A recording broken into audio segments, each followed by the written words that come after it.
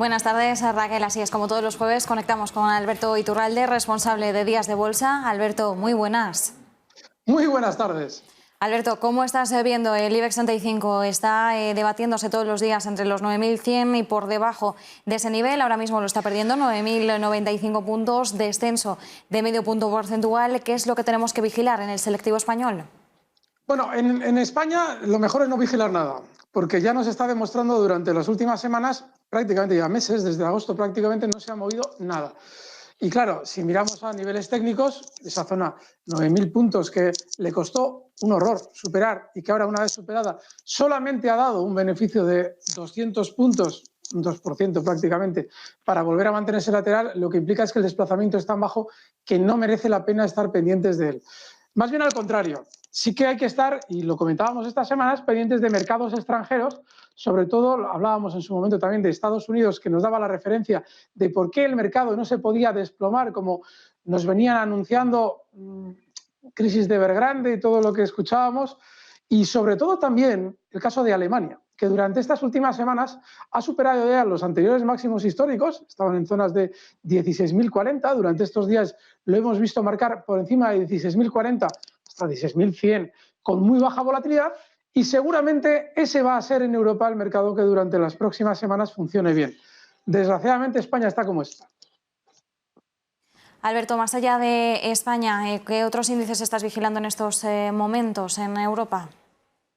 Concretamente, esa baja volatilidad, fijaos cómo hace cosa de unas semanas, hace un mes, yo criticaba abiertamente todo lo que se estaba atribuyendo a la crisis o la suspensión de pagos, posible suspensión de pagos de una inmobiliaria china, por muy grande que está fuera.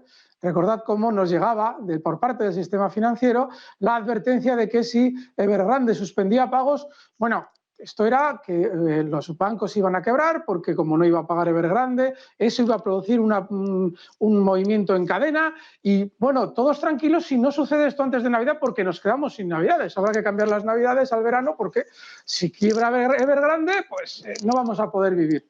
Bueno, pues mira, yo últimamente tengo la suerte de que todo lo que se anuncia como gran terror, tenemos la suerte de que se produzca y que se vea cómo el sistema financiero produce el engaño. Ayer ya teníamos lo de Evergrande. ¿Qué? Hemos comido hoy, ¿verdad? Hoy teníamos para comer en el plato y hemos sobrevivido. Es más, salvo que suceda una catástrofe, hoy vamos a dormir y mañana vamos a despertar. Y encima lo más gracioso de todo es que cuando se confirma la noticia, el mercado sigue subiendo, como ha pasado en Alemania.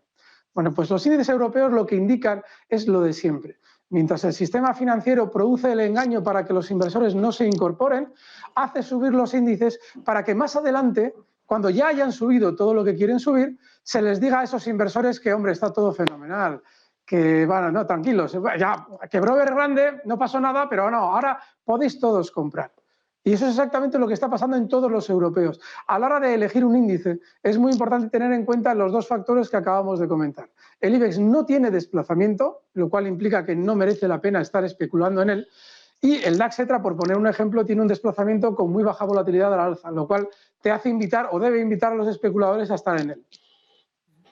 Tomamos nota, mientras tanto, aunque en el IBEX ahora mismo no vemos ese desplazamiento y decías, ¿no?, que no hay que vigilar nada realmente en el selectivo español, bueno, estamos observando algunos movimientos bursátiles en el día de hoy. ArcelorMittal con esas alzas del 3,8%, mientras estamos hablando después de haber publicado unos resultados que el mercado se ha tomado de forma positiva. Y luego también tenemos los movimientos al alza de PharmaMar, con esa lurbinectedina que se aprueba en Taiwán. Ya son varios los países que han aprobado, cuyos reguladores han aprobado el uso de este principio activo.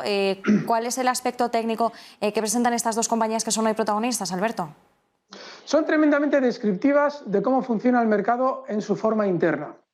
¿Qué nos encontramos? Primero con un Arcelor que nos da unas noticias, unos resultados, unas expectativas, lo que sea. Es importante no centrarse demasiado en cuál es exactamente la noticia que dan. Lo que es importante es centrarse en cuál es el sentimiento que la noticia que dan intenta producir en el mercado. Y claramente en el caso de Arcelor es positivo. Pero claro, es un sentimiento o una noticia muy positiva cuando venimos de un valor que en la peor crisis, en el peor momento de la crisis del coronavirus, cotizaba en 6,30 €, incluso por debajo.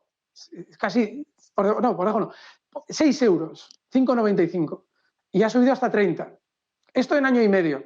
Una compañía de las de la vieja economía. Es decir, que una compañía que se ha multiplicado por 5 en año y medio, ahora nos dice cómprame. Bueno, pues si vamos al gráfico de Arcelor, donde vamos a poder localizar en qué puntos hay más inversores enganchados queriendo salir, nos encontramos que justo es la zona 30. El cuidador de Arcelor lo que está haciendo es intentando vender los títulos antes de que recuperen el dinero la gran cantidad de enganchados que hay en el valor. Entonces, ¿cómo consigue vender esos títulos el cuidador de Arcelor? Dándonos una razón para comprar a nosotros. Es decir, unos grandes resultados. Pero esos grandes resultados no asomaban en el horizonte hace año y medio. No estamos hablando de que hace 50 años Arcelor estuviera mal y ahora está bien. No, no. Hace año y medio, en 6 euros, Arcelor lo último que te invitaba es a comprar. Y ahora sí, ahora en 30 compra, porque tengo unos grandes resultados. Y ahora es el momento de comprar. Hombre, en 5, en 6, yo estaba callado, estaba debajo del cajón sin saber qué decir, pero ahora sí. Ahora en 30 cómprame. Bueno, pues esa es la magia y la mentira de la bolsa, que además tenemos, y normalmente se ejemplifica muy bien en el mercado español, en el caso de Farmamar. Farmamar, una vez que ha conseguido engañar a todo el mundo, diciéndonos en su momento, invitándonos a creer que podía curar el coronavirus, ahora, ya después que ha caído desde 148 hasta 60, recuerden que en 148, según Farmamar, había que comprar. Hombre, esto va a ser, vamos a curar el coronavirus nosotros, así de cachondos, en España. Y sin más, encima no hace falta ni que creemos un nuevo compuesto, porque ya lo tenemos, el que utilizamos para curar el cáncer es el que vamos a usar para curar el coronavirus. Y una vez que han vendido los títulos con eso, que se creyó parte del mercado, descienden y se desploman, porque ya ahora el negocio está en recomprarlos más abajo. Pero ¿qué es lo que ocurre? Como Farmamar en teoría nos iba a curar el coronavirus, no era la vacuna lo que investigaban, era la curación, y durante esta semana hemos conocido que ya hay un medicamento que es propiamente adecuado para el coronavirus. Farmamar ya había descendido desde 148 hasta 70 y realiza su último desplome una vez que conocemos la noticia. Pero claro, se han encontrado con tal cantidad de ventas que ahora tienen que intentar hacer creer a todo el mundo que la caída bursátil no tiene sentido. La caída bursátil tiene el sentido de que el propio núcleo de Farmamar lo dejó caer porque ya había vendido los títulos, pero ahora necesita que le ayudemos a mantenerlos antes de seguir cayendo. Y eso lo hace con las noticias como la que estáis diciendo. Hay un medicamento B, no es el Apridin, es otro, que bueno, que es una maravilla porque se lo han probado en muchos países, se lo han aprobado en muchos países. Bueno, pues, ¿qué pasa? En tu cuestión de medicamentos hay competencia como en todo. Si tú tienes el medicamento único para una determinada dolencia, puede ser que si tienes ese monopolio de la venta, obtengas una maravilla. Pero a mí que afirmar un medicamento que para ellos es B en toda su industria, se lo aprueben en X países, lo único que me recuerda es todos los engaños que se produjeron con las expectativas que creó en su día con el John Delis y con la cura del coronavirus que Farmamar nos iba a curar el coronavirus hace, sí, pues eso, 9 meses, en 148 euros. Ahora en 60, ahí anda. Más allá de esos títulos, Alberto, también tenemos que mirar lo que ha ocurrido recientemente con Tesla. Arrancábamos el programa con el repaso que hacía José Luis Cava diciendo Elon Musk nos ha engañado a todos con esa encuesta que publicaba en Twitter diciendo que no sabía si vender o no una parte de las acciones, de la participación que tiene en su propia compañía, en Tesla. Al final resultaba que el CEO de Tesla ya tenía la intención previa de vender parte de esas acciones. Interesante ver cómo su hermano el día anterior a esa encuesta ya vendía también una participación importante y además lo hacía a un precio más elevado de lo que ha llegado a vender Elon Musk su combo, ¿no?, de acciones.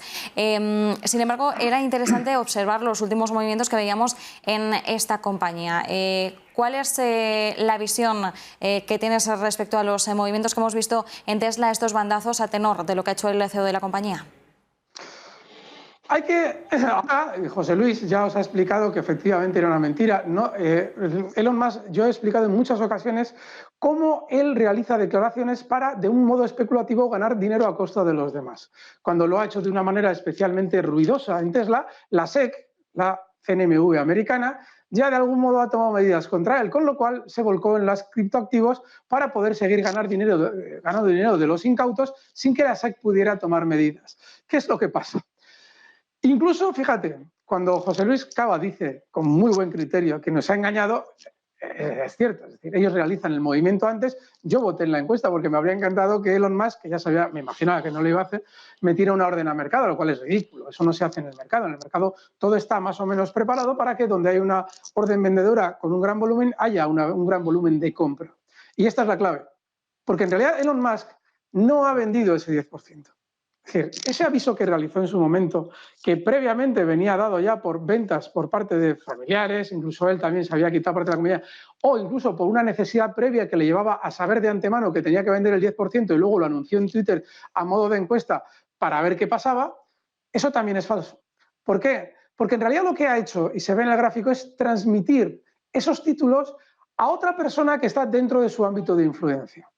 Y esta es la clave. El 10% de Tesla en el mercado supone mucho más ruido del que ha supuesto esa venta. Estamos hablando de que después del título, fíjense, ha subido desde los mínimos del coronavirus hasta ahora un 1.400%. Hace unos días cotizaba en esa especie de sobreprecio, pero lo ha estado haciendo incluso mucho más, de un 1.500% en año y medio. Esto es importante, año y medio. Lo que comentábamos antes de Arcelor, lo mismo en Tesla. Y ahora está pues, en una revalorización con respecto a los mínimos del coronavirus de un 1.300%, un 1.200%. Sigue estando muy alta. Y eso lo que implica es que en realidad lo que él ha transmitido públicamente como una venta, yo me quito de esto, ha sido una transmisión de acciones hacia otra entidad financiera sobre la que él seguramente tendrá control o acuerdos con el fin de controlar indirectamente esa parte del capital que se ha quitado, pero que siga estando bajo su control. ¿Y esto a qué obedece? A que lo que ha intentado con su maniobra es que el valor se descolgara lo más rápido posible para probablemente ir adquiriendo acciones por otro sitio. Se ve en el gráfico. No solamente ha recortado poco, sino que ese poco que ha recortado lo ha hecho muy rápido. Si hubiera hecho una venta, esas ventas que yo en broma digo a mercado, el valor se habría desplomado y no lo ha hecho. Simplemente ha hecho una caída típica de un valor Nasdaq, es decir, un retroceso, pues eso, de un 20% en muy pocos días, en el que probablemente ese retroceso él ha aprovechado para comprar y sin embargo en el mercado estamos todos pendientes de Tesla y sobre todo en el lado negativo porque sale Elon Musk.